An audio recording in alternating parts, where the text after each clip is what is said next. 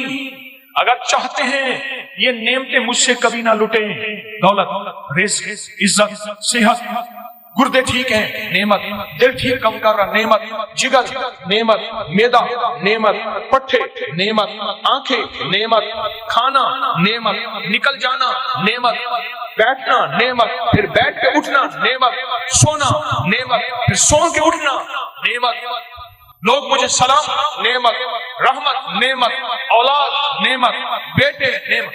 دنیا کے جتنی بھی نعمت ہیں اگر چاہتے ہیں یہ کبھی نہ لٹے, یا آپ لٹوانا چاہتے ہیں بولے انشاءاللہ کوئی نہیں چاہتا, انشاءاللہ کوئی بھی نہیں چاہتا. پھر ایک دعا میری یہ درخواست ہے, 5 اوقات میں پڑھیں. اوقات کو ذہن نشین رکھیے گا, اور اوقات بھی وہ ہیں جن کا تعین حدیث میں موجود ہے. پہلے دعا ایک دفعہ یاد کرنے کی نیت سے میں آپ پڑھ لیں. اللہم انی اعوذ بک من زوال نعمتک, اللہ میں تجھ سے پناہ مانگتا ہوں نعمتوں کے زوال. مانا یہ 5 اوقات. پہلا وقت ہے کہ حدیث میں آتا ہے جب دعا اذان ہوتی ہے, اذان ہوتی ہے دعائیں قبول ہوتی ہیں. اذان کے بعد یہ دعا پڑھ لیں, اذان کی دعا پڑھ لیں, یہ دعا پڑھ لیں, پر یہ دعا پڑھیں. دوسرا وقت جب مرغ بانگ دیتا ہے, وہ دن کو دے, صبح دے, شام دے. اکثر لوگ کہتے ہیں مرغ کا بانگ دینا صبح یوں ہے دن کو نہیں. فرمایا جب مرغ بانگ دیتا ہے حدیث میں آتا ہے وہ عرش سے رحمت کا دروازہ کھلتا دیتا ہے. اس لیے حدیث میں اس کی باقاعدہ دعا ہی ہے, اللہم انی اسألک من فضلک. جب مرغ بانگ دے اس وقت یہ دعا پڑھیں. کون سی؟ اللہم انی اعوذ بک من زوال نعمتک. 2 واقعات ہوئے, دو جگہ ہوئی. تیسرا فرمائے جب نماز کے لیے اقامت ہو رہی ہوتی ہے, اقامت ہوتی ہے جماعت کھڑی ہونے سے پہلے, جب قد قامت الصلاۃ آتی ہے وہاں جو دعا مانگو قبول ہوتی ہے. جب مکبر کہتے ہیں نا قد قامت الصلاۃ, قد قامت, جو دعا مانگو قبول ہوتی ہے. فرمایا جب قد قامت الصلاۃ آتی ہے جو دعا مانگو قبول ہوتی ہے اس وقت دل ہی دل میں ایک دفعہ مانگیا کریں اللہم انی اعوذ بک من زوال نعمتک. کتنے ہو گئے؟ 3 ہو گئے. چوتھا والدین کے چہرے کو دیکھنے سے مقبول حج کا ثواب ملتا ہے, دنیا کا فرما بردار ہوگا. رات ایک جگہ بیٹھا تھا میں, کہنے لگے والد صاحب کا خون آتا تھا, کھڑا ہو جاتا تھا. والد صاحب, ان کا نام عارف تھا, کہنے لگے والد صاحب مجھے کہتے تھے عارف. میں ایک دم کہا, بچے کہتے تھے بابا کیا ہوا, دادا کا خون آیا. کہا بیٹا اب والد کا ادب کر کر کے اب پختگی ہو گئی ہے, اب ذہن میں وہ ادب بیٹھ گیا ہے. جو والدین کے چہرے کو دیکھ کے یہ دعا پڑھے گا, کیونکہ وہ لمحہ ایسا ہے ایسا ہے ایسا ہے, اور میں بھی اس لمحے میں اللہ کہتا ہے مقبول حج کا ثواب مل گیا. اس لمحے میں جو بندہ یہ دیکھ کے پڑھے گا اللہم انی اسألک, اللہم انی اعوذ بک من زوال نعمتک. کتنے بندے ہو, کتنے ہو گئے ہیں؟